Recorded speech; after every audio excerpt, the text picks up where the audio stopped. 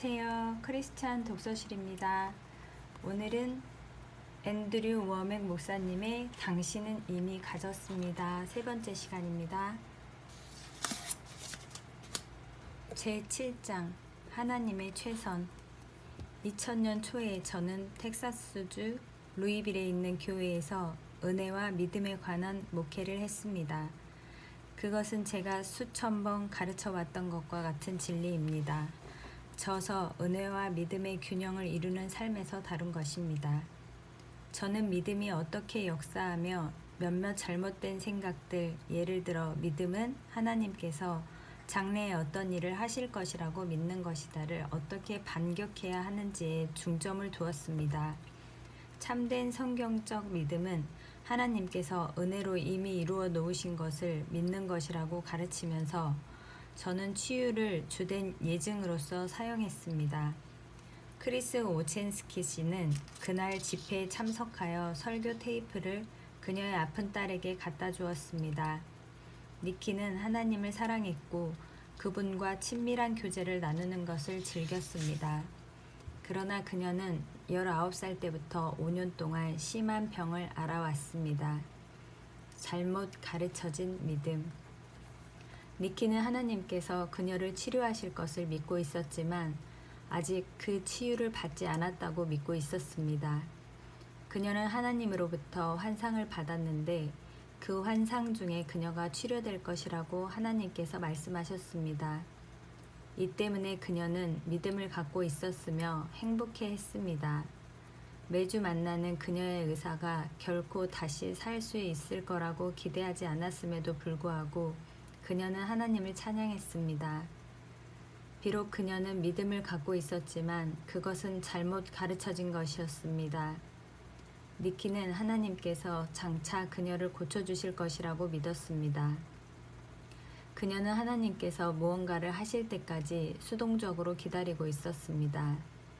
그런데 그녀가 하나님께서 어떻게 다 이루어셨는지와 믿음은 이미 주어진 것에 손을 뻗어서 사용하는 것이라는 제 설교를 테이프를 통해 들었습니다. 점차적인 기적은 하나님의 최상의 것이 아니다라는 저의 진술은 처음에 그녀를 몹시 당황케 했습니다. 저는 점차적인 기적을 반대하지 않으며 그것은 치유를 받는데 잘못된 방법은 아닙니다. 그러나 어떤 방법들이 분명히 다른 방법들보다 더 낫습니다. 모든 사람을 위한 하나님의 최상의 것은 즉각적인 기적입니다. 점차적인 기적이 일어나는 단 하나의 이유는 사람들이 그렇게 믿기 때문입니다. 그들의 생각하는 방식, 즉 그들의 신학은 기적을 점차적으로 드러나게만 합니다. 그녀가 점차적인 기적을 갖게 될 것이라고 하나님께서 말씀하셨기 때문에 니키는 제 설교에 대하여 적대적인 입장을 취했습니다. 그러나 그녀는 하나님과 좋은 관계를 맺고 있었기 때문에 하나님께 여쭈었습니다. 설교 테이프를 들을 때 자신에게 말했습니다. 하나님, 어떻게 생각하세요? 제가 점차적으로 나을 것이라고 말씀하시지 않았습니까? 하나님께서 그녀에게 말씀하셨습니다. 니키, 그것이 내 믿음이었다. 네가 그렇게 믿어왔지 않니? 네가 받을 수 있는 전부였어. 네가 있는 수준에서 난 너를 만나주고 있었다. 그러나 나의 최상의 것은 즉각적인 치유이다. 깨닫게 되자 그녀는 5년 전에 치유를 얻을 수 있었다는 것을 알았습니다. 그녀는 수동적으로 하나님을 기다려 왔었고 즉각적인 치유에 대한 믿음이 없었습니다. 그녀는 믿음과 은혜가 어떻게 협력하여 하나님께서 이미 주신 것을 나타내게 하는지를 이해하지 못했습니다. 그녀의 병 고침이 이미 이루어졌다는 것을 깨달았을 때 이것은 그녀에게 계시가 되었습니다. 고쳐진 믿음. 그 다음날 저는 오친스키 씨의 집에 갔습니다. 저는 그녀가 저돌적이고 격렬한 믿음으로 손을 뻗어 자신의 치유를 취하도록 기도했습니다. 그때까지 그녀는 혼자서 밥을 먹을 수도 화장실에 갈 수도 없었으며 심지어 이를 닦지도 못했습니다. 니키는 마비는 되지 않았지만 너무나 약하고 무기력하여 손을 들 수도 없었고 움직이거나 걷는 것은 물론 아무것도 할 수 없었습니다. 그런데 제가 도착하자 니키는 일어서서 제 가슴에 손을 대고 밀면서 일어나 걸었습니다. 제가 했던 것은 그녀의 믿음의 초점을 바꾸어 주었을 뿐입니다. 니키는 믿음이란 그녀가 행하는 어떤 것이며 그러면 조만간 하나님께서 반응을 보이사 그녀를 치료해 주실 것이라고 생각했습니다. 제가 그녀에게 확고하게 말했습니다. 아닙니다. 그것은 성경적인 믿음이 아닙니다. 하나님께서 이미 하셨다고 믿어야 합니다. 그리고 믿음으로써 영적인 영역에 들어가 당신의 것을 당당하게 취하십시오. 니키가 그 계시를 받아들이자마자 치유가 일어났습니다. 이 사건은 저에게도 가르침이 되었습니다. 이 같은 깨달음이 다른 사람의 믿음의 방향을 얼마나 효과적으로 고쳐주는지를 알게 되었습니다. 그래서 할 수만 있으면 저는 많은 사람들에게 이 진리를 나누려고 애썼습니다. 니키의 치유가 이 진리를 드러내는데 너무나 극적이어서 우리는 비디오를 만들어 니키 오첸스키 기적의 이야기라고 명명했습니다. 이 능력 있는 비디오는 이미 수만 명의 삶에 영향을 미쳤습니다. 저는 근 몇 년간 예전보다 더 많은 사람들의 치유를 보게 되었습니다. 왜냐하면 사람들이 이 진리를 깨닫고 하나님께서 나를 치료해 주시도록 더 이상 구하지 않습니다. 저는 하나님께서 이미 주신 치유를 받고 있습니다. 라고 단순하게 말하고 있기 때문입니다. 제가 사람들을 위하여 기도할 때 하나님께서 그들을 치료해 달라고 더 이상 구하지 않습니다. 그 대신에 저는 치유 사역을 합니다. 하나님께서 제게 두신 동일한 치유의 능력을 그들에게 주고 있습니다. 저 자신과 다른 사람들은 무한한 더 나은 결과를 보고 있습니다. 하나님께 영광을 돌립니다. 손을 뻗어서 받으십시오. 이 모든 것은 재정적인 부유에도 적용됩니다. 하나님께서는 당신이 부유해지도록 이미 복과 권능을 명령하셨습니다. 당신은 믿음으로 손을 뻗어서 받는 법을 배우기만 하면 됩니다. 하나님께서는 당신에게 불을 직접적으로 주시지 않습니다. 대신에 불을 얻는 권능을 주십니다. 내 하나님 여호와를 기억하라. 그가 내게 재물 얻을 능력을 주셨음이라. 이같이 하심은 그의 언약을 오늘과 같이 이루려 하심이니라. 거듭난 성도로서 당신은 이미 하나님의 부요의 기름 부음과 형통의 권능을 갖고 있습니다. 그러나 당신이 이미 갖고 있는 것을 마음으로 믿고 믿음으로 그것을 행동에 옮겨야 합니다. 이 권능을 행동에 옮겨서 부가 드러나는 것을 보는 과정에는 많은 것들이 관련되어 있습니다. 당신은 전심으로 하나님과 그의 나라를 먼저 구하지 않으면 안 됩니다. 하나님을 신뢰하고 드리는 것을 시작해야 합니다. 씨를 뿌리는 것과 거두는 것 사이에 늘 시간이 걸린다는 것을 이해하는 것은 중요합니다. 또한 당신은 나가서 일해야 합니다. 당신이 부에 관한 하나님의 법칙과 적극적으로 협조할 수 있는 실제적인 것들이 많이 있습니다. 하나님께서 이 진리를 제 삶 속 깊숙이 일하게 하셨습니다. 아내와 저는 가난한 목회자로서 몇 번은 거의 굶어 죽을 뻔했던 상황에서부터 이제는 복음을 전하기 위해서 1년 내내 매일 시간마다 평균 1,200불을 지출하는 데까지 이르렀습니다. 저는 주는 것의 은혜와 믿음, 즉 재정적인 청지기 의식, 축복과 기적, 동역자의 되됨의 능력 등 당신이 부의 나타남을 더 잘 이해하고 받도록 도와줄 수 있는 여러 가지 가르침을 갖고 있습니다. 형통이란 한마디로 당신의 삶을 향한 하나님의 뜻을 온전히 이루기 위하여 하나님의 공급을 풍성하게 받는 것입니다. 당신이 이 계시를 붙잡아서 하나님 안에서 당신의 운명을 온전하게 이루기를 기도합니다. 하나님께서 이미 불을 제공해 주셨다는 것을 당신이 믿게 되면 당신은 믿음으로 손을 뻗어 그것을 취하게 될 것입니다. 당신은 거듭난 당신의 영 안에 이미 있는 불을 얻기 위한 권능과 기름 부음과 협력하기 시작할 것입니다. 집에 앉아서 TV 드라마를 시청하는 동안 하나님께서 당신의 무릎에 돈다발을 쏟아주도록 기도하는 대신에 당신은 일어나 나가서 일들을 하기 시작할 것입니다.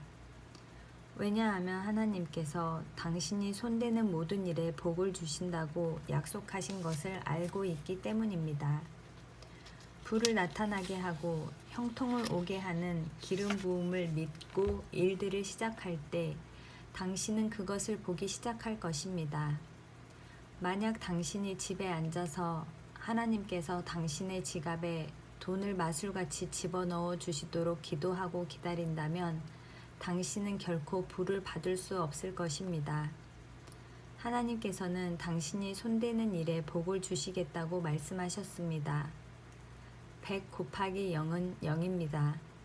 하나님께서 이미 그분의 역할을 마친 것을 믿고 무언가를 하십시오. 하나님, 제가 일한 것을 보셨습니까? 지금 당신의 능력을 드러내십시오. 라고 하는 것이 아닙니다. 그렇습니다.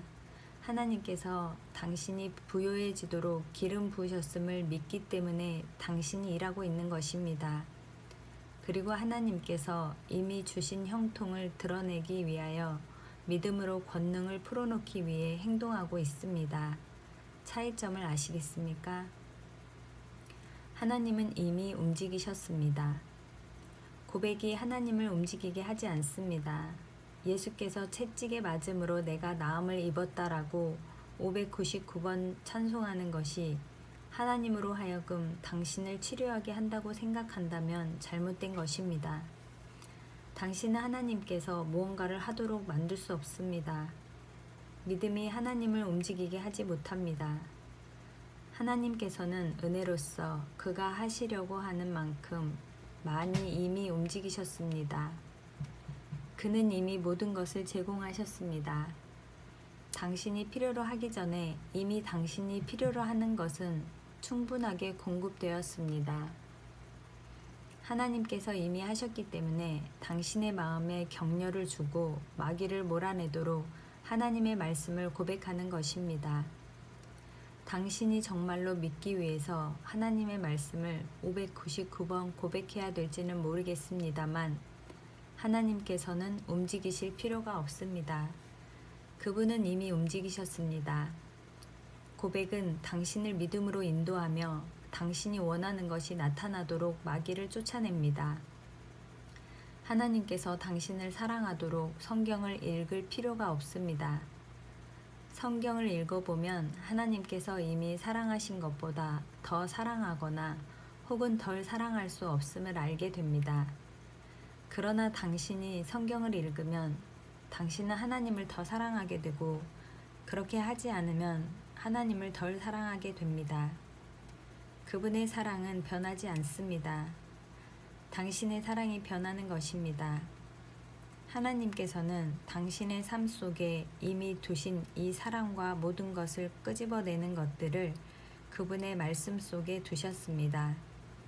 거룩하게 사는 것이 하나님으로 하여금 당신을 더 사랑하게 하는 것이 아닙니다. 거룩한 삶이 부족하다고 해서 하나님이 당신을 덜 사랑하는 것도 아닙니다. 하나님은 은혜로서 모든 사람에게 동일하게 대하십니다. 그러나 당신이 거룩하지 않으면 당신은 그만큼 하나님을 사랑하지 않게 됩니다. 죄로 인하여 당신의 마음이 완악하게 되어 하나님의 일들에 대하여 죽은 자가 될 것입니다. 당신은 하나님의 말씀을 공부하며 다른 성도들과 교제를 나누며 선한 일들을 행할 필요가 있습니다. 그러나 하나님을 움직이게 하기 위하여 그런 것들을 행하지는 말아야 합니다. 하나님께서는 이미 움직이셨습니다. 하지만 당신은 믿음으로 영적 영역에 손을 뻗쳐서 받지 않으면 안 된다는 것을 인정해야 합니다. 예배에 참석하고 성경을 읽고 좋은 성경 가르침을 듣는 것이 하나님으로 하여금 당신의 삶으로 들어오게 하는 것이 아닙니다. 그것들은 당신의 믿음을 돕는 것입니다. 심지어 이 책을 읽는 것이 하나님으로 하여금 당신을 더 사랑하도록 만들지 않습니다. 하나님께서 당신을 내려다보시고 이렇게 말하지 않습니다. 네가 앤드류의 책을 읽었으니 별 3개를 주마. 별 6개를 받게 되면 한 가지 기도 응답을 받게 될 거야가 아닙니다. 하나님께서는 그런 식으로 일하시지 않습니다. 하나님은 당신을 사랑하십니다. 그리고 당신이 이 책을 읽든지 안 읽든지 당신을 향한 그분의 은혜는 같습니다. 그러나 이런 계시가 없다면 하나님과 그분의 은혜를 향해서 당신은 차이가 날 것입니다. 이런 계시가 없다면 당신의 삶 속에 역사하는 믿음의 수준이 차이가 날 것입니다. 이런 가르침은 당신의 믿음을 도와줍니다. 하나님이 이미 하신 일에 대해 긍정적인 반응을 보이는 믿음을 갖게 해줍니다. 성경을 읽는 것과 예배 출석이 당신을 도와줍니다. 성경 공부와 다른 성도들과의 교제가 하나님에 대한 당신의 사랑을 일어나게 합니다.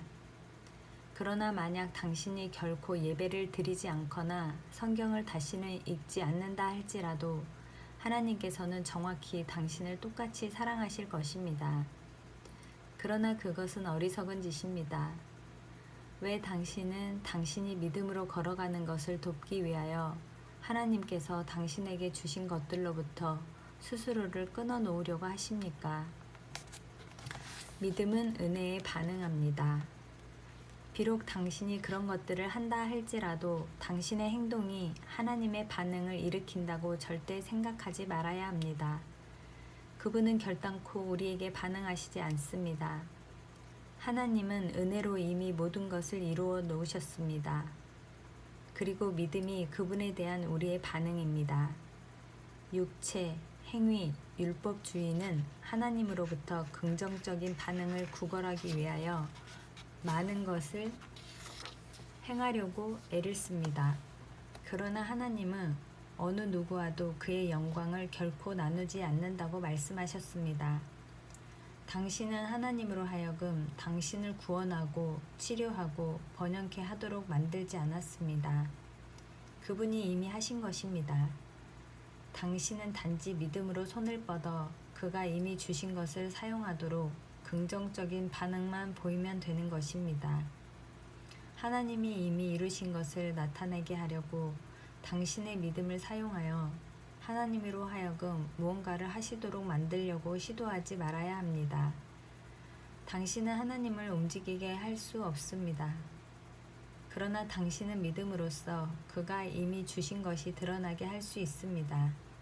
그것은 큰 차이점입니다. 믿음은 단순히 하나님이 이미 하신 일에 대한 당신의 긍정적인 반응입니다. 당신은 영광을 얻지 못합니다. 당신이 무언가가 일어나도록 만들었다고 말할 수 없습니다. 당신은 하나님의 권능이지 당신의 권능이 아닙니다. 그분은 당신이나 당신이 한 일에 대응하신 것이 아닙니다. 당신은 단지 그분의 은혜에 반응한 것입니다. 다른 하나를 제쳐두고 믿음 또는 은혜만을 취하는 것은 당신을 해치게 됩니다. 그것들은 하나님께서 당신이 즐기도록 의도하신 풍성한 삶을 경험하도록 서로 보완해주고 있습니다. 하나님을 움직이도록 무언가를 행하라고 가르치는 믿음은 당신을 해칠 것입니다. 당신은 육체에 매여서 좌절하게 되고 율법주의가 되며 수고지향적인 믿음으로 떨어지고 말 것입니다. 반면 지나친 은혜주의 역시 당신을 해칠 것입니다. 만약 그것이 하나님께서 모든 것을 하시고 당신은 아무것도 할 필요가 없다라는 것이라면 그에 따른 수동성은 하나님이 이미 이루어 놓으신 것을 당신의 삶 속에 드러나지 않게 할 것입니다.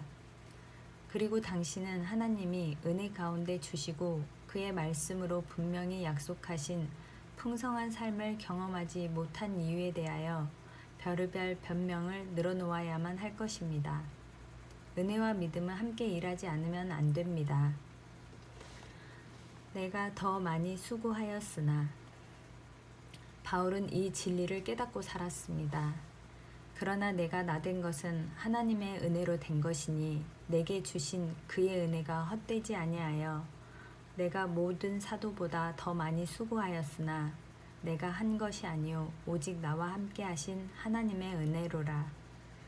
바울은 하나님의 은혜와 협력했습니다. 그는 그것을 얻으려고 수고하지 않았습니다.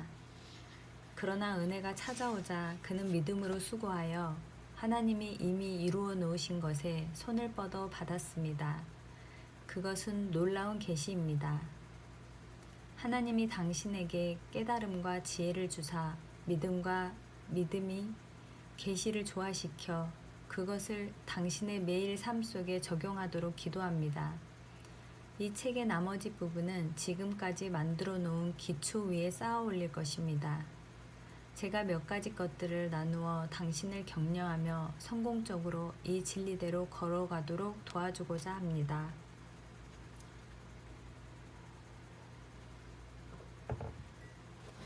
제8장 성령으로 보니 우리는 이미 복을 받았습니다. 하나님께서 이미 이루어 놓으셨습니다. 그분은 그리스도 안에서 모든 신령한 복들을 이미 우리에게 주셨습니다. 우리 안에는 죽은 자들 가운데서 그리스도를 다시 살리신 것과 같은 능력이 있습니다. 우리가 필요로 하는 모든 것은 이미 주어졌습니다.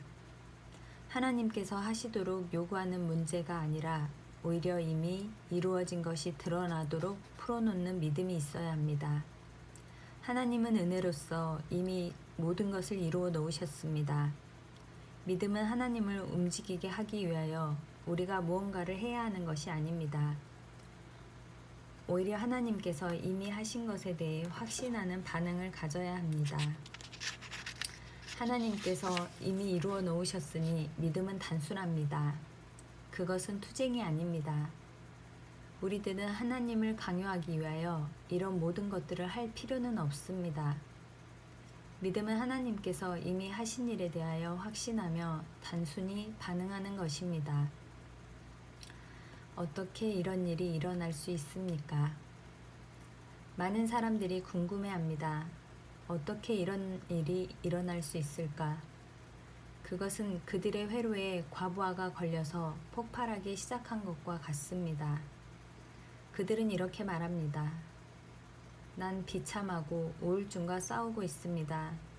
하나님은 하려고 하신 것을 이미 이루어 놓으셨고 내가 이미 치유되었다는 당신의 말을 이해할 수 없습니다. 그것은 맞지 않는 말입니다. 여기 의사소견서가 있습니다. 이것이 잘못된 것을 증명하고 있습니다. 또는 그들의 몸에 나타나는 고통과 다른 증상들을 느끼면서 결론을 내립니다. 아니야, 난 낫지 않았어. 많은 사람들에게는 이런 진리들이 단순히 믿음 밖의 것입니다. 왜냐하면 진리는 그들이 현재 육체적인 영역에서 경험하는 것들과 너무나 대조적이기 때문입니다. 그러나 성경은 하나님께서 이미 당신에게 복을 주셨다고 분명히 가르치고 있습니다. 당신은 죽은 자들 가운데서 예수 그리스도를 다시 살리신 것과 같은 능력을 갖고 있습니다. 모든 것들이 이루어졌고 당신은 이미 그것을 갖고 있습니다. 영적 영역 안에서 말입니다. 하나님은 이미 움직이셨고 모든 신령한 복을 우리에게 주셨습니다. 우리가 필요로 하는 기쁨, 평안, 지혜, 계시, 지식 등이 이미 주어졌습니다. 그러나 그것은 모두 영적 영역에 속합니다.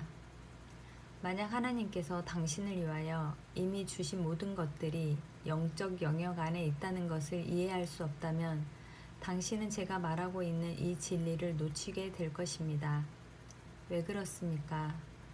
왜냐하면 육체적 영역은 영적 영역에서의 진리를 정확히 반영하지 못하기 때문입니다. 믿음은 영적 영역에서 참되고 실질적인 것을 물리적 세계로 가져오는 다리처럼 작용합니다. 아주 소수의 성도들만이 그들의 믿음이라는 다리를 통하여 하나님이 이미 이루어 놓으신 것을 자연적인 실제로 건너오게 합니다.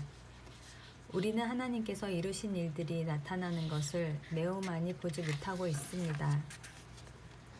나의 새로운 신분. 하나님께서 제게 주신 분명한 첫 번째 계시들 중에 하나는 제가 의롭게 되었다는 것입니다.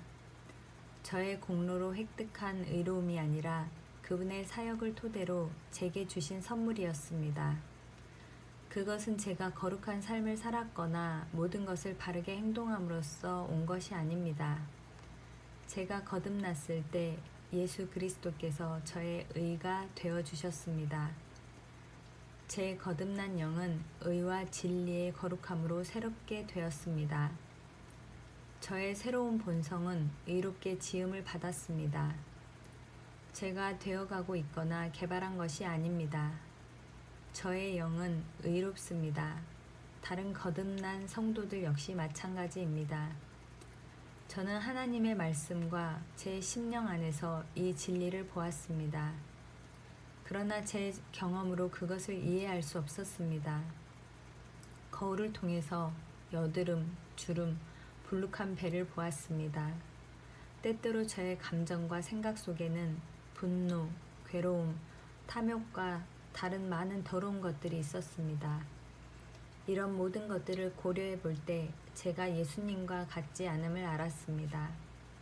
가끔 저는 성경이 의롭게 되는 것, 즉 하나님 앞에 바로 서는 것을 말할 때 그것은 생각, 감정, 행동 속에서 죄가 없는 완전함을 의미한다고 생각했습니다.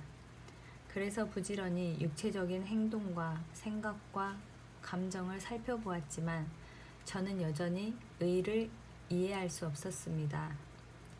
저는 오랫동안 이것을 가지고 참으로 갈등을 했습니다. 그런데 하나님께서 제게 영, 혼, 육에 관한 계시를 주셨습니다.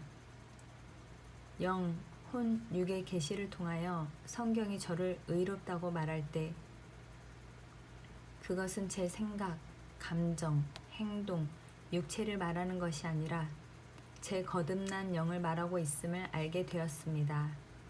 제가 영으로 그것을 이해하기 시작하자 저는 완전히 변했습니다. 저는 새로운 피조물입니다. 새로운 제가 있습니다. 그런즉 누구든지 그리스도 안에 있으면 새로운 피조물이라. 이전 것은 지나갔으니 보라 새 것이 되었도다. 제 영으로 그것을 인식하기 시작하자 저는 완전히 새로운 사람이 되었습니다. 제가 거울로 들여다보는 것과 마음으로 생각하는 것, 제 행동으로 관찰하는 것을 멈추었을 때 그리스도인의 삶 속에서 승리를 경험하기 시작했습니다. 말씀에서 말하고 있는 영으로 저의 정체성을 바꾸면서 약속된 풍성한 삶이 드러나는 것을 즐기기 시작했습니다. 그것이 어떻게 일어났을까요? 하나님의 말씀을 통하여 일어났습니다. 이 세상에 있는 우리 역시 마찬가지입니다. 하나님의 말씀만이 영적 세계에 유일하게 신뢰할 수 있는 정확한 진실입니다. 예수님이 선포하셨습니다. 살리는 것은 영이니 육은 무익하니라. 내가 너희에게 이른 말은 영이요 생명이라. 하나님의 말씀은 신령합니다. 성경은 진실로 영적 영역 안에서 일어나는 것을 말해주고 있습니다. 그런 이유로 어떤 사람들이 하나님의 말씀을 이해하는데 많은 곤란을 겪고 있습니다. 그들은 성경이 말하고 있는 영적인 것을 자연적 영역에서 이해하려고 합니다. 예를 들면 요한일서 4장 17절에서는 말합니다. 주께서 그러하심과 같이 우리도 이 세상에서 그러하니라. 당신의 육체적 행동이나 당신의 생각과 감정에 관하여 말하고 있는 것이 아닙니다. 왜냐하면 하나님의 말씀은 언젠가 미래 당신이 천국에 도착할 때 당신의 썩게 되는 몸과 혼이 썩지 아니함을 입게 되는 완전함에 이르는 변화 과정을 완성시킬 것이라고 분명히 계시하고 있기 때문입니다. 그러나 그리스도는 지금 이 순간 완전하십니다. 그렇다면 예수님처럼 이미 완전한 당신의 부분은 무엇입니까? 그것은 당신의 거듭난 영입니다. 지금 이 순간 예수님이 그러하듯이 이 세상에 있는 당신 역시 마찬가지입니다. 우리는 하늘에 이를 때에 관해 이야기하고 있지 않습니다. 지금 여기 이 땅에서의 일을 의미합니다. 당신은 예수님처럼 정확히 행동하고 있다고 말할 수 없습니다. 당신은 저보다 더 낮게 행동할지도 모릅니다. 또 전에 했던 것보다 더 낮게 행동할지도 모릅니다. 하지만 당신은 예수님께서 하신 것처럼 물리적으로, 정서적으로, 정신적으로 정확하게 모든 것을 드러내고 있지 않습니다. 요한일서 4장 17절을 이해하는 유일한 방법은 그것이 당신의 거듭난 영에 관하여 말하고 있음을 깨닫는 것입니다. 영 안에서 당신은 완벽한 새로운 사람입니다. 영원토록 있을 참된 당신은 그리스도 안에 있는 당신입니다. 그리스도 안에서 누군가로 사는 것은 성경이 말하는 성령을 쫓아 행하는 것입니다. 만약 당신이 그렇게 살기 시작하면 당신의 삶 속에 있는 하나님의 능력이 드러나는 것을 발견하게 될 것입니다. 영적 거울. 하나님의 말씀은 영적인 거울입니다. 당신이 그것을 들여다볼 때 당신이 영 안에서 누구인지를 알게 됩니다. 당신 안에 있는 그리스도, 영광의 소망을 늘 비춰줍니다. 이것이 야고보서 1장 22절에서 25절에 있는 특별한 빛을 빛나게 합니다. 너희는 말씀을 행하는 자가 되고 듣기만 하여 자신을 속이는 자가 되지 말라. 누구든지 말씀을 듣고 행하지 아니하면 그는 거울로 자기의 생긴 얼굴을 보는 사람과 같아서 제 자신을 보고 가서 그 모습이 어떠했는지를 곧 잊어버리거니와 자유롭게 하는 온전한 율법 신약시대에서는 말씀을 들여다보고 있는 자는 듣고 잊어버리는 자가 아니요 실천하는 자니 이 사람은 그 행하는 일에 복을 받으리라. 당신이 거울을 들여다보면서 그리스도 안에 있는 당신의 정체성을 발견하고 그 지식에 따라 믿음으로 행할 때 당신 안에 있는 하나님의 생명이 드러나는 것을 보게 될 것입니다. 만약 당신의 머리 모양이 엉망이라고 말했다면 당신은 그런지 안 그런지 어떻게 알겠습니까? 느낌만으로는 알 수 없습니다. 알 수 있는 유일한 방법은 거울을 들여다보는 것입니다. 그러면 당신이 그것을 믿게 되고 그것에 따라서 행동하게 됩니다. 만약 머리가 엉망이면 빗질을 할 것입니다. 당신은 진실을 말해주는 거울을 신뢰합니다. 그러나 거울로 보는 것은 단지 비춰지는 것뿐입니다. 실제가 아닙니다. 당신은 당신의 거울을 전에 진짜로 본 적이 없었습니다. 사실입니다.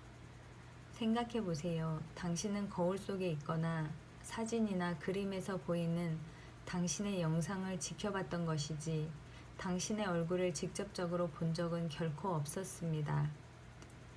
당신 얼굴의 초상이 정확한지를 어떻게 압니까? 서커스나 축제에서 볼 수 있는 우스꽝스러운 거울을 본 적이 있습니까?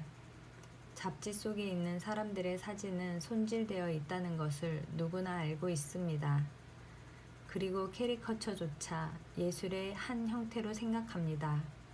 그러므로 거울 속으로 보고 있는 이미지가 사실인 것을 신뢰하지 않으면 안 됩니다.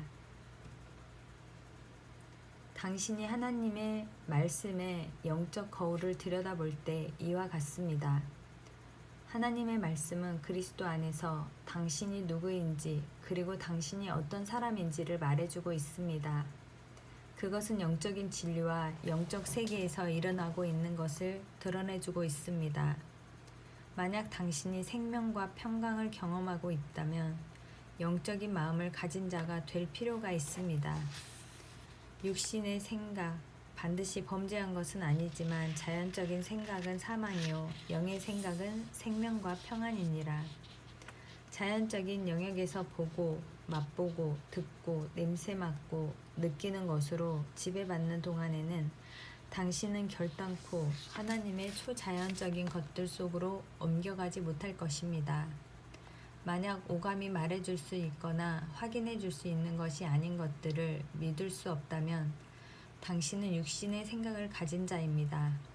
만약 당신이 믿기 전에 과학적으로 실험하여 무언가가 증명되어야 한다면 당신은 자연적인 영역에 잡혀 있는 것입니다. 하나님은 영이십니다. 그리고 그분은 영적 영역에서 일하십니다. 하나님과 함께 초자연적으로 흘러가고자 한다면, 그리고 생명과 평안을 즐기고자 한다면 당신은 영적인 마음을 가진 자가 될 필요가 있습니다. 제9장 영적 세계는 실제합니다. 어떤 사람들은 성경 속에서 하나님께서 행하신 것을 보고 있지만 이런 벽에 부딪힙니다. 성경은 내가 이미 모든 것을 갖고 있다고 말하지만 나는 복을 받지 않은 것 같고 치유된 것 같지 않습니다. 그리고 능력과 하나님의 기름 부음은 확실히 갖고 있지 않아요. 내 손이나 어느 것에도 전율이 없습니다. 그런데 당신은 내가 병을 고칠 수 있고 죽은 자를 살릴 수 있고 또 다른 것을 할 수 있다고 어떻게 말할 수 있습니까? 그것은 물리적 영역이 아닌 영 안에서입니다. 다른 두 세계가 있습니다. 열왕기하 6장에 보면 아람 왕이 이스라엘 왕과 전쟁 중이었습니다. 그는 이스라엘의 군대를 무너뜨리기 위하여 복병을 보냈습니다. 그러나 그가 이런 조치를 할 때마다 이스라엘 복병이 거기에서 그를 기다리고 있었습니다.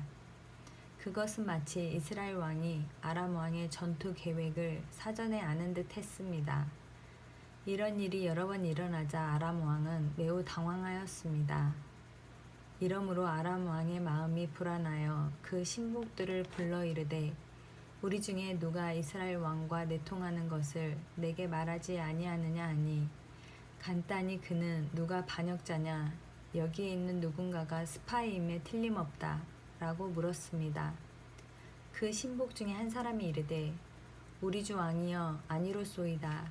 오직 이스라엘 선지자 엘리사가 왕이 침실에서 하신 말씀을 이스라엘의 왕에게 고하나이다 하는지라.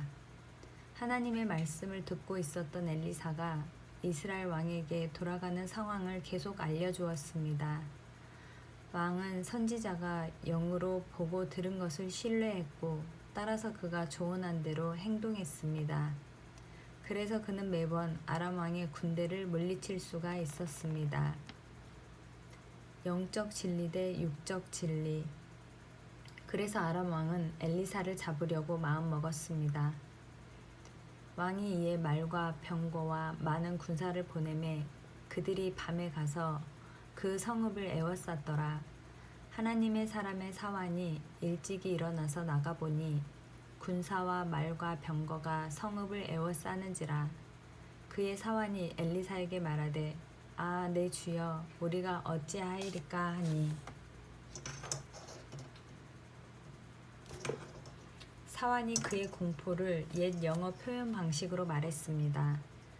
이 사람은 군대를 보고 왜 그들이 거기에 있었는지를 알게 되자 공포에 빠졌습니다. 그의 주인 엘리사가 아람 왕의 전쟁 계획을 이스라엘 왕에게 알려왔던 것을 그는 알았습니다. 그러나 선지자의 반응에 주목하십시오. 두려워 말라. 우리와 함께한 자가 그들과 함께한 자보다 많으니라. 인생에서 보고 맛보고 듣고 냄새 맡고 느끼는 것을 넘어서 다른 것이 더 있다는 것을 깨닫지 못하는 사람들은 엘리사를 보고 그가 거짓말을 했다라고 말합니다. 그들에게는 육신의 영역 너머에는 어떤 실제가 없습니다. 그래서 그들은 믿음으로 살아가는 사람들을 이해하지 못합니다. 그들은 믿는 자들이 실제로 낫지도 않았는데 낫게 될 것이라는 바람으로 치유받았다고 말한다고 생각합니다.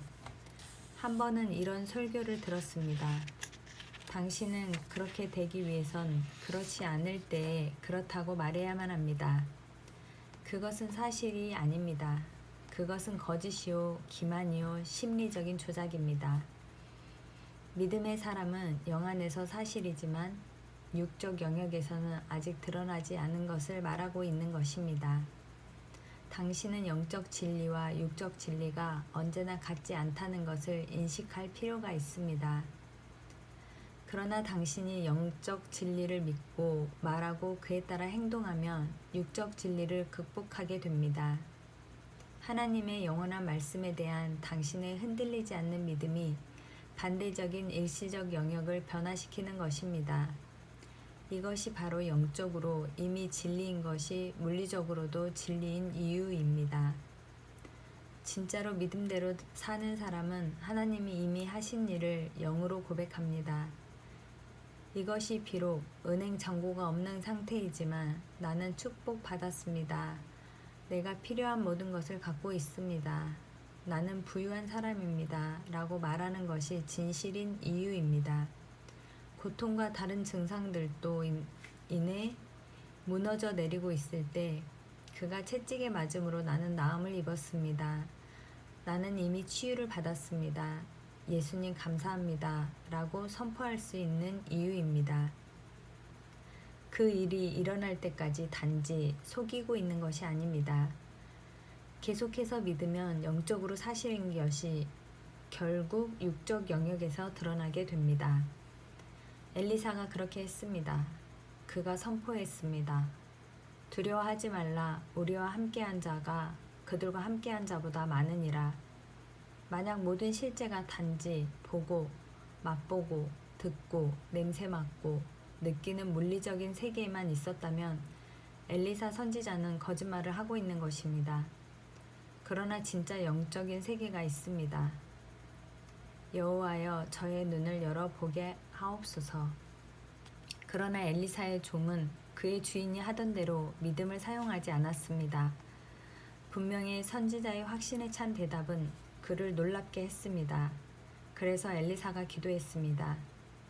여호와여 원하건대 그의 눈을 열어서 보게 하옵소서 하니 여호와께서 그 청년의 눈을 여심해 그가 보니 불말과 불병거가 산에 가득하여 엘리사를 둘렀더라. 그 청년의 육신의 눈은 이미 넓게 열려졌습니다. 단언하건대 그의 두 눈은 접시만큼 커서 거기에 있는 아람 군대들을 보았습니다. 그러나 하나님이 그의 마음의 눈을 열리게 하시어 그는 영으로 볼 수 있었습니다. 그 까닭에 그는 그들 주위에 있는 불말과 불병거를 볼 수 있었던 것입니다. 당신은 보이지 않는 것을 보는 능력을 갖고 있습니다. 육신의 눈으로 이해할 수 있는 것으로 당신을 한계짓지 말아야 합니다. 하나님의 말씀을 통해 단순히 육적 세계 너머에 있는 것을 봐야 합니다. 당신의 마음의 눈으로 영 안에서 볼 수 있습니다. 예수님께서 귀 있는 자는 들을지어다 라고 말씀하셨을 때 바로 이와 같은 추론을 하셨습니다. 듣고 있던 모든 사람은 얼굴에 있는 물리적인 귀를 가지고 그분이 말씀하시고 있는 것을 들었습니다. 그러나 예수님께서는 심령으로 듣고 그의 말씀을 그들의 내면 깊숙한 곳으로 받아들이는 사람들을 언급하고 있는 것입니다. 하나님과 동행하고 위협을 얻고자 한다면 당신은 오감으로 이해할 수 없는 것을 심령 안에서 인식할 수 있어야 합니다. 엘리사가 그의 종을 위하여 기도한 것이 바로 이것입니다. 하나님께서 응답하시어 종의 영적인 눈을 열어주셔서 그들 주위를 둘러싸고 있는 천사들을 보게 했습니다. 종이 천사들을 보았을 때 그 천사들이 도착했던 것이 아니었습니다. 그들은 이미 거기에 있었습니다. 그가 몰랐던 것 뿐입니다. 믿는 것이 보는 것이다. 하나님의 말씀은 엘리사의 눈도 열려 있었다는 암시를 주고 있지 않습니다.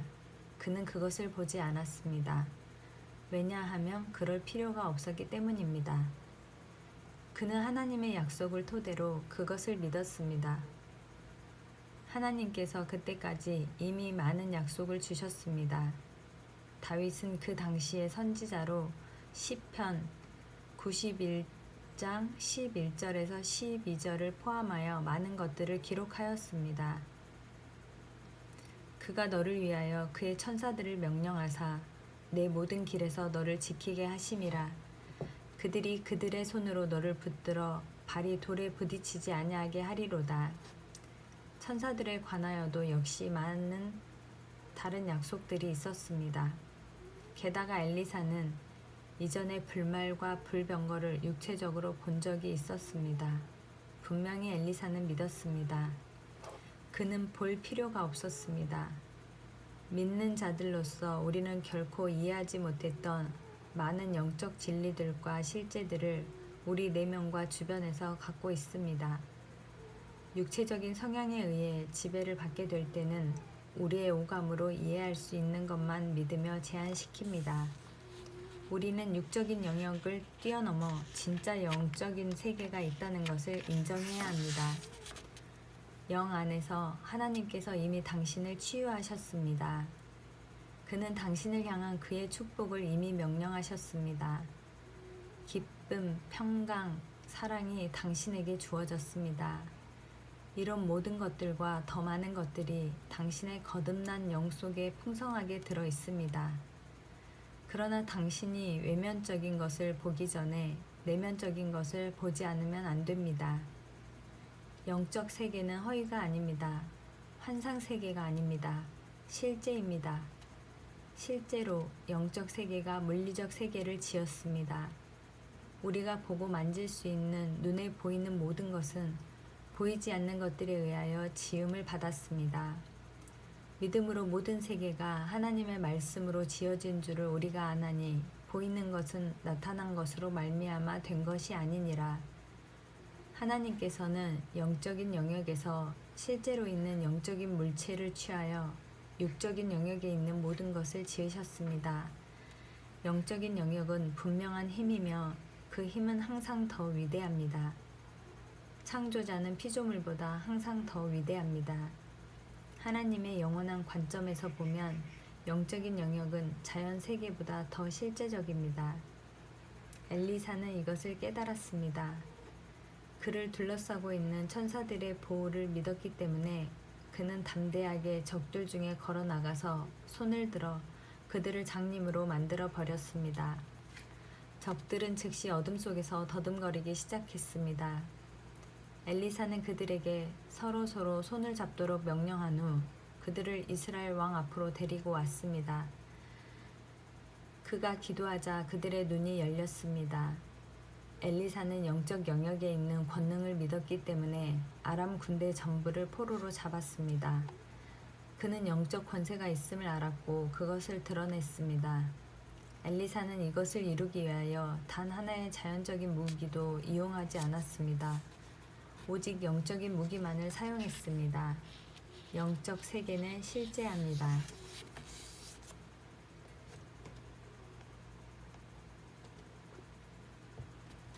제10장 하나님께서 일하시는 곳. 다니엘 역시 영적 세계의 실제에 관해 확실한 좋은 예가 되고 있습니다.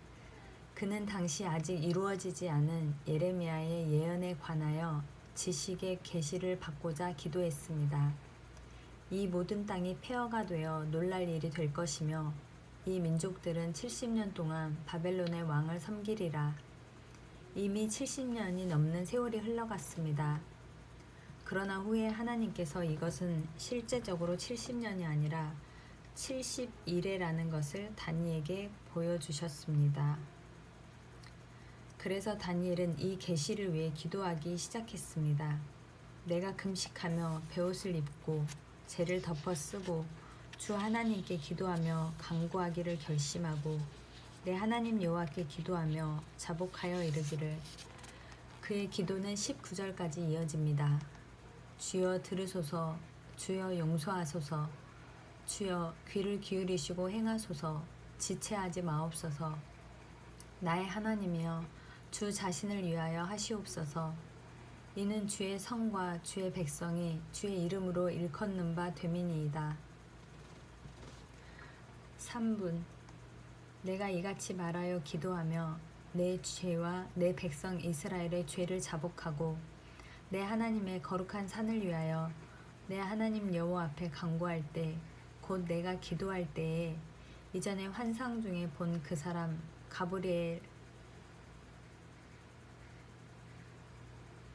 가브리엘이 나타나서 빨리 날아서 저녁 제사를 드릴 때쯤에 내게 이르되 내게 가르치며 내게 말하여 이르되 다니엘아 내가 이제 내게 지혜와 총명을 주려고 왔느니라. 다니엘이 이런 기도를 하는데 약 3분이 걸렸습니다. 그가 기도하고 있었을 때 천사 가브리엘이 나타나서 말했습니다. 내게 답을 가지고 왔다. 만약 당신이 기도한 모든 것이 3분 안에 나타난다면 놀랍지 않겠습니까? 언제 하나님께서 정말로 응답하셨는지를 주목하세요. 곧 네가 기도를 시작할 즈음에 명령이 내렸으므로 이제 내게 알리러 왔느니라. 너는 크게 은총을 입은 자라. 그런즉 너는 이 일을 생각하고 그 환상을 깨달을지니라. 하나님께서 영적 세계에서 활동하셨습니다. 그리고 다니엘이 기도를 시작할 때 명령을 내리셨습니다. 그런데 가브리엘이 나타나는 데는 약 3분 정도 걸렸습니다. 왜 즉각적인 나타남이 일어나지 않습니까? 대부분의 사람들은 하나님께서 그런 일들을 시간, 공간, 거리로서 다룰 필요가 없다고 추측합니다. 그러나 이 사건은 하나님께서 그의 천사들 중에 하나에게 명령을 내리시고 그 천사가 나타나는데 약 3분 정도 걸렸다는 분명한 예증입니다. 그것은 긴 시간은 아니지만 그것에 관한 물리적인 증거가 있기 전에 하나님께서 영적 세계에서 일하셨다는 것을 분명히 드러내고 있습니다. 대부분의 사람들은 하나님께서 생각하시자마자 그가 하시려고 하는 일이 일어난다고 믿습니다. 그것은 자연 세계에서는 즉각적으로 나타나는 것입니다. 사람들은 하나님께서 어떤 제한이나 한계를 다루어야 한다고 생각하지 않습니다. 그러나 이런 예는 하나님께서 명령을 내리시는 것이 약 3분 정도 걸린다는 것을 보여주고 있습니다. 성경은 그 짧은 시간 동안 무슨 일이 일어났는지를 설명하고 있지 않습니다. 어쩌면 천사 가브리엘은 짐을 꾸릴 필요가 있었을지도 모릅니다. 어쩌면 그는 우주 반대편에 있었다가 수천억 광년을 날아오느라고 3분이 걸렸을지도 모릅니다. 무슨 일이 일어났는지 누가 알겠습니까? 그러나 그것은 물리적인 나타남이 있기 전에 하나님께서 영적 세계에서 명령하셨다는 원리를 확인시켜주고 있습니다. 다니엘은 10장에서 다시 기도했습니다. 9장에 나타난 강력하고 제법 빠른 기도 응답을 받은 후에 그의 마음은 더 격려를 받았을 것이며 그의 믿음은 강해졌을 것입니다. 비록 같은 사람이 기도했지만 그 결과는 매우 달랐습니다. 마귀의 방해. 하나님께서 어떻게 기도에 응답하시는지에 대하여 저는 다니엘을 예로 사용하는 것을 좋아합니다. 만약 제가 이 점을 제 인생을 예로 들어 설명하면 당신은 글쎄요 앤드류 씨, 당신은 저와 다릅니다. 당신은 하나님의 특별한 사랑을 받은 사람들 중에 한 분임에 틀림이 없습니다. 하나님은 어떤 사람에게는 다른 사람들보다 더 나은 응답을 주십니다. 라고 말하면서 그것을 무시하고 본 마음을 갖게 될 것입니다. 하지만 당신은 다니엘에 관하여 그렇게 말할 수 없습니다. 같은 사람이 기도했고 그리고 전혀 다른 두 결과를 받았습니다. 이번에는 다니엘이 기도 응답의 나타남을 보이는데 3분이 아니라 3주가 걸렸습니다. 그때에나 다니엘이 새 이래 동안을 슬퍼하며 새 이래가 차기까지 좋은 떡을 먹지 아니하며 고기와 포도주를 입에 대지 아니하며 또 기름을 바르지 아니하니라. 다니엘이 금식 기도를 했지만 그 결과는 더 나은 것이 아니라 더 나빴습니다. 한 손이 있어 나를 어루만지기로 내가 떨었더니 그가 내 무릎과 손바닥이 땅에 닿게 일으키고 내게 이르되 큰 은총을 받은 사람 다니엘아, 내가 내게 이르는 말을 깨닫고 일어서라. 내가 내게 보내심을 받았느니라 하더라. 그가 내게 이 말을 한 후에 내가 떨며 일어서니 왜 하나님께서 어떤 기도들은 3분 안에 응답하시고 다른 기도들은 3주가 지나서 응답하십니까? 이 점에 대하여 궁금해 본 적이 있으십니까? 하나님께서 당신을 위하여 어떤 것을 빨리 하시지만 다른 경우들에 대하여는 여러 주, 여러 달, 심지어 여러 해가 걸리는 것을 본 적이 있으십니까? 당신은 항상 궁금해합니다. 하나님, 왜 이렇게 하십니까? 제 기도 응답이 왜 이렇게 오래 걸립니까? 정말로 그것은 쓸모없는 질문입니다. 다음 구절이 그 이유를 보여주고 있습니다. 그가 내게 이르되 다니엘아 두려워하지 말라. 내가 깨달으려 하여 내 하나님 앞에 스스로 겸비하게 하기로 결심하던 첫날부터 네 말이 응답받았으므로 내가 네 말로 말미암아 왔느니라. 하나님께서 바로 첫날에 명령을 내리셨고 응답하셨습니다. 3주 후에야 그것이 나타났습니다. 왜 그렇습니까? 사탄의 방해가 있었습니다. 그런데 바사 왕국의 군주가 21일 동안 나를 막았으므로 내가 거기 바사 왕국의 왕들과 함께 머물러 있더니 가장 높은 군주 중 하나인 미가엘이 와서 나를 도와주므로 천사가 사탄의 방해를 깨뜨리고 다니엘의 기도 응답이 나타나는 데에 3주라는 시간과 다른 천사의 특별한 도움이 필요했습니다. 방해 요소들. 양쪽의 경우 모두 하나님께서는 즉시 움직이셨습니다. 하나님의 응답이 처음에는 3분 걸리고 두 번째에는 3주가 걸린 것이 아니었습니다. 하나님께서는 다니엘의 기도에 모두 즉시 응답하셨습니다. 하나님께서는 변덕을 부리지 않았습니다.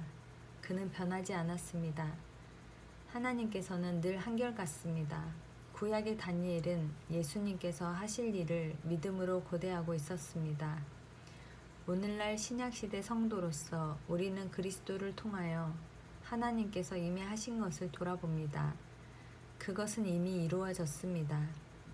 하나님은 어떤 기도에는 3분 만에 응답하시고 다른 기도에는 3주가 지나서 응답을 하시는 분이 아니십니다. 하나님께서는 모든 기도에 즉시 응답하십니다. 이미 채워져 있습니다. 이미 이루어져 있습니다. 당신이 필요로 하기 전에 예비해 두셨습니다. 하나님은 각각의 사람들에 대해 다르게 역사하지 않으십니다.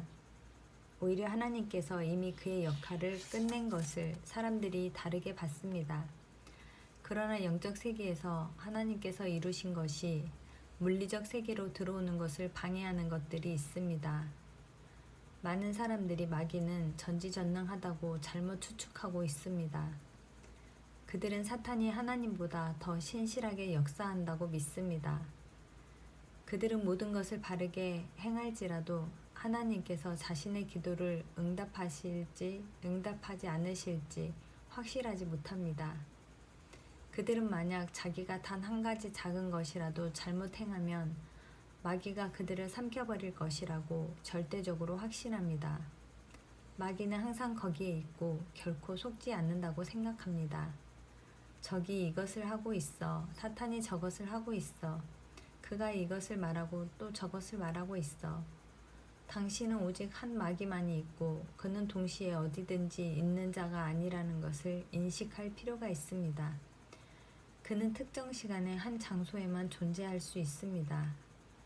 사탄이 우리 각자에게 개인적으로 매일같이 말하고 유혹했다고 모든 성도들이 말하는 것을 절대적으로 잘못된 것입니다. 확실히 어둠의 왕국은 우리를 대적하고 있습니다만 우리는 사탄에게 너무 많은 영향력을 주고 있습니다. 그는 전능하지 않습니다. 그는 항상 바른 것을 행하지 않습니다. 다니엘 9장에서 마귀가 실수를 했다는 추측이 충분히 가능합니다. 어쩌면 그는 그의 상처를 핥고 있었거나 골이 나 있었거나 토라지고 있었거나 또는 다니엘이 얼마나 위험한 존재인지 잘못 판단하고 있었을지도 모릅니다. 어쩌면 사탄이 휴가 중에 있었겠지요. 그가 너무 피곤해서 자고 있었을지도 모릅니다. 우리는 사탄을 너무 많이 인정해주고 있습니다. 하나님을 대항하는 자는 확실히 총명하지 못합니다. 사탄이 어리석다고 말하는 것이 아니라 가끔 그는 실수한다는 말입니다. 변덕스러운 것들. 9장에서 다니엘의 기도가 하나님께 상달되었습니다. 그래서 가브리엘은 3분 만에 응답을 가지고 나타났습니다. 사탄은 이유가 되지 않았습니다. 그러나 다니엘이 그런 강력한 계시를 받고 메시아에 관한 여러 가지 중요한 요소들을 예언하자 마귀는 다니엘이 다시는 저항 없이 기도하지 못하도록 그의 강력한 힘들을 모았습니다. 하나님이나 다니엘은 그렇지 않지만 사탄은 변덕스러웠습니다. 사탄은 때로는 우리와 싸우지만 때로는 그렇지 않습니다. 저는 그 이유를 알지 못합니다만 우리는 마귀에게 너무 많은 영향력을 주면서 그가 늘 일정하고 항상 바른 것을 행한다고 생각합니다. 그러나 사탄은 많은 시간을 허비하고 있습니다. 성경은 마귀들이 재생산하고 어린 마귀를 만들어내고 있다는 어떤 암시도 주고 있지 않습니다. 그러므로 이 땅 위에서 활동하는 악한 영들의 숫자가 수세기와 수천 년에 걸쳐서 늘어나고 있지 않다고 말할 수 있습니다. 아담과 하와 당시에는 한 사람당 엄청난 수의 귀신들이 있었거나 오늘날에는 귀신들이 부족하거나 둘 중에 하나입니다. 오늘날 지구상에는 적어도 60억의 인구가 있습니다. 만약 각자가 개인 마귀를 갖고 있다면 초기 시대에 60억의 마귀가 아담을 공격했던 것이 틀림이 없습니다. 개인적으로 저는 마귀가 자기가 하고 싶은 모든 것을 할 수 있다고 생각하지 않습니다. 우리와 싸울 때 마귀는 능력에 제한이 없는 것이 아닙니다. 저는 마귀의 숫자가 부족해서 그들이 어떤 사람들은 상관하지 않는 것이라고 봅니다. 그래서 9장에서는 다니엘이 어떤 이유에서든 방해 없이 하나님께 기도를 올리게 되었지만 10장에서는 사탄이 다니엘의 기도를 방해했습니다. 대부분의 사람들이 오늘날 기도의 응답을 즉각적으로 보지 못할 때 하나님께 화를 내며 왜 그러는지 궁금해합니다. 오 하나님, 제가 기도했지만 아무것도 일어나지 않았습니다. 언제 응답을 주시렵니까? 라고 기도하는 대신 아버지, 당신은 신실하십니다. 제 기도에 응답해 주시니 감사합니다. 곧 나타나게 될 것을 믿습니다. 라고 기도하십시오. 기도 응답을 보기 위해 3주 동안 기다린다는 이유로 당신의 믿음을 놓치지 마십시오. 다리 10장에서 만약 다니엘이 믿음을 접어서 20일째에 기도하는 것을 멈추었다면 어떻게 되었을까요? 그는 쉽게 판단할 수 있었습니다. 하나님께서 지난번에는 3분 만에 기도 응답을 하셨는데 이번에는 3주나 흘러갔어. 그만둬야지. 다니엘이 그렇게 했다면 그의 기도의 응답은 나타나지 않았을 것입니다. 비록 하나님께서 이미 응답을 주셨고 사자가 오고 있었다 할지라도 만약 다니엘이 그의 믿음을 포기했다면 마귀의 반대가 우세했을 것입니다. 하나님께서는 우리 안에서 역사하고 있는 능력에 따라 일들을 행하십니다. 그것이 우리가 믿지 않으면 안 되는 이유입니다. 믿음은 하나님의 공급을 영적 세계로부터 물리적 세계로 건너오게 하는 다리입니다. 하나님은 영이십니다. 그리고 그분은 영적 세계에서 일하십니다. 영적으로 참된 것이 스스로 자연 세계에서 나타나든지 그렇지 않은 것은 하나님의 기도 응답에 달려있는 것이 아니라 우리가 믿음으로 영적 세계로 손을 뻗어 하나님께서 이미 주신 것을 물리적 세계로 가져오는 것에 달려 있습니다. 우리의 믿음은 하나님께서 물리적 세계로 건너오시도록 다리를 제공하는 것입니다.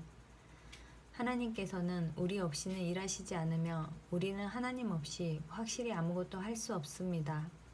하나님이야말로 가장 먼저 영으로 무언가를 주셔야만 하는 분입니다. 그러나 하나님께서는 그것이 물리적 세계로 들어오도록 우리를 통하여 역사하십니다. 그것은 놀라운 계시입니다. 권세 플러스 능력은 책임.